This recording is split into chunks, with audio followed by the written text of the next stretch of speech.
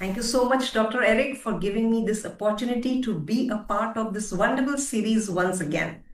Hello, everyone. I'm Shilpa Mehta, better known as Shilpa Story Rack. I am a storyteller based in Jaipur, India. I look to bring joy and laughter to others' lives through storytelling.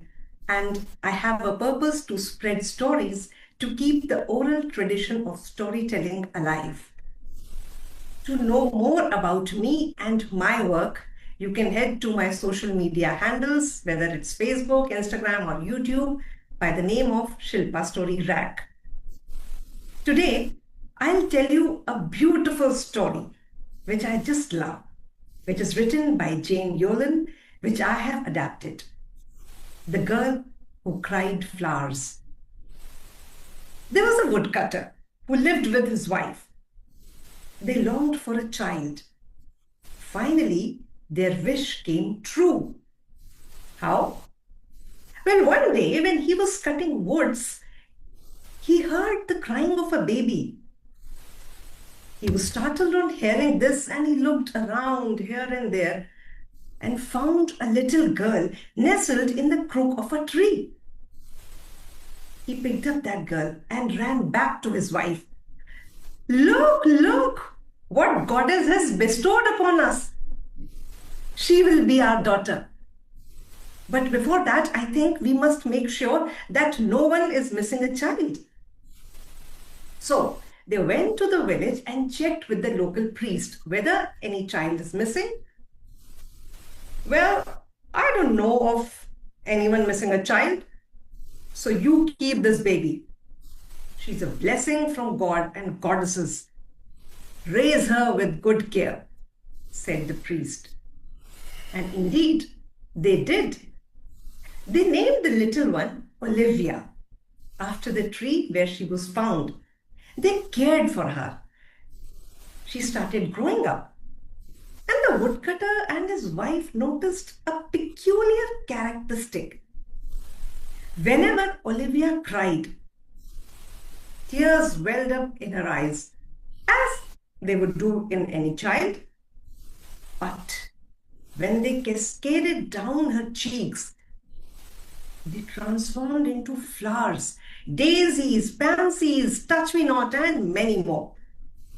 The villagers noticed, oh, that little girl over there is crying flowers.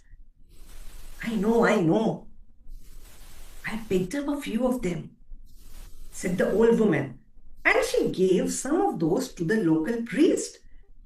Priest, you know that woodcutter and his wife found that little girl. She cries flowers.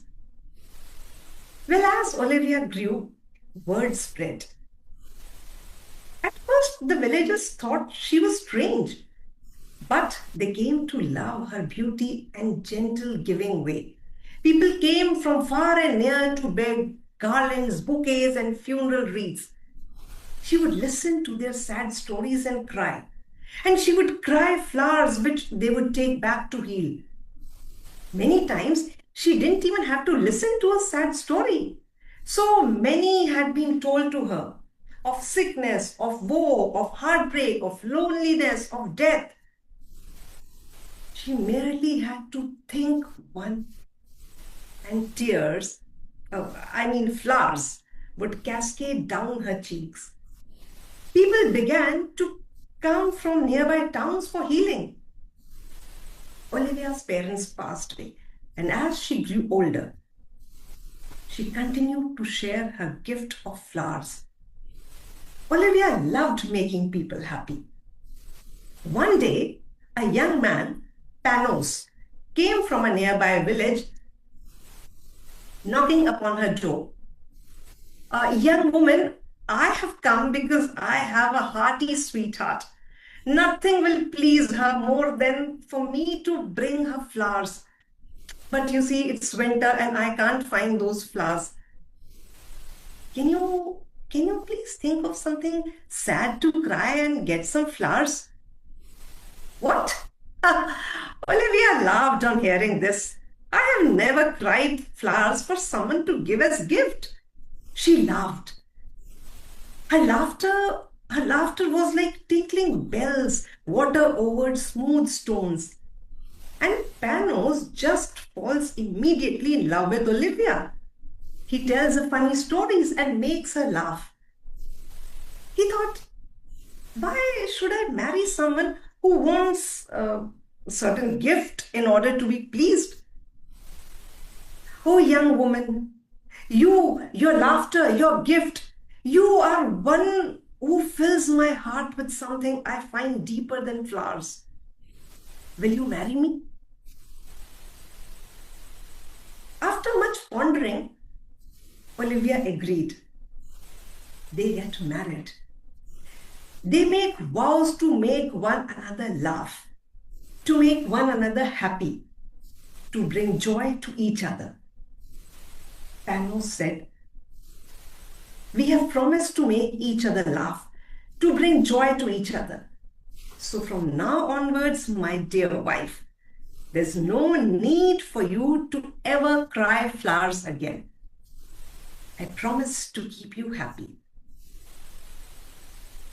No need to cry flowers. She laughed and tears welled up in her eyes and flowers cascaded down her cheeks. That's the end of my crying.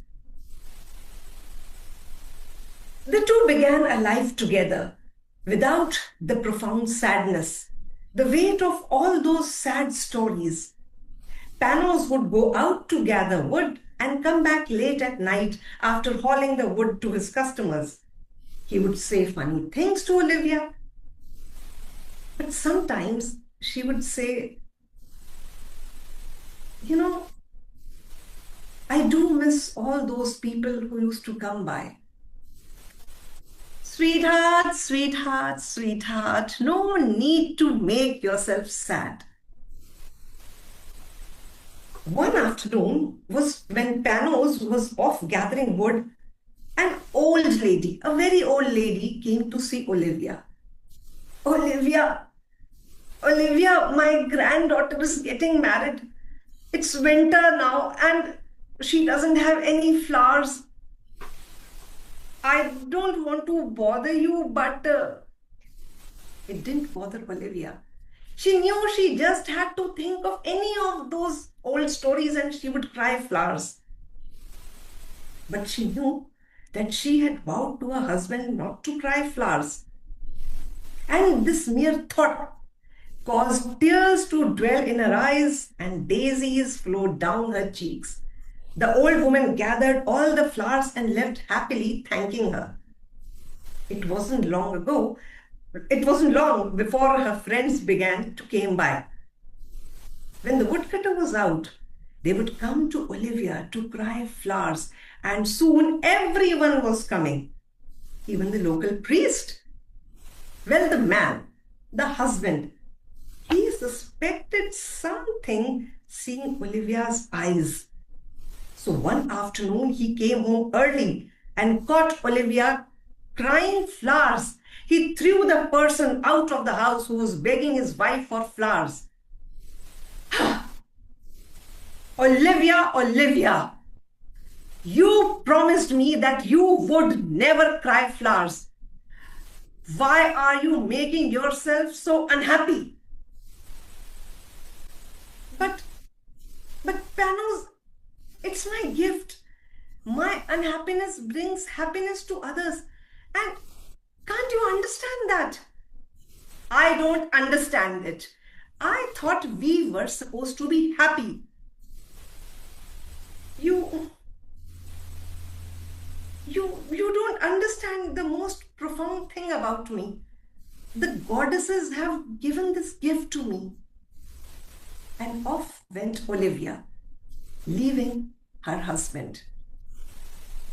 After a day, he realized his mistake and he went out to find her, and he only found a small hut at the edge of the village. As he opened the rose door, ouch! He cut his finger. The blood dropped to the ground and an olive tree began to grow, the trunk of which had the figure of a woman. Panos built a hut around a strange tree that bore flowers and olives all the year round. People said that the branches looked like a feminine form, and she comes down at night and she sleeps with her husband in that house. This continued on until the man passed away. And that tree no longer bloomed with all kinds of flowers, but instead just produced olives, which today bear the truth of this story. And if you would taste a ripe, lush olive, doesn't it have within it the bitter, sweet, salty taste of tears, reminding us that all of us have gifts within us? Maybe like that of crying flowers? What's your gift? Thank you. Okay, thank you.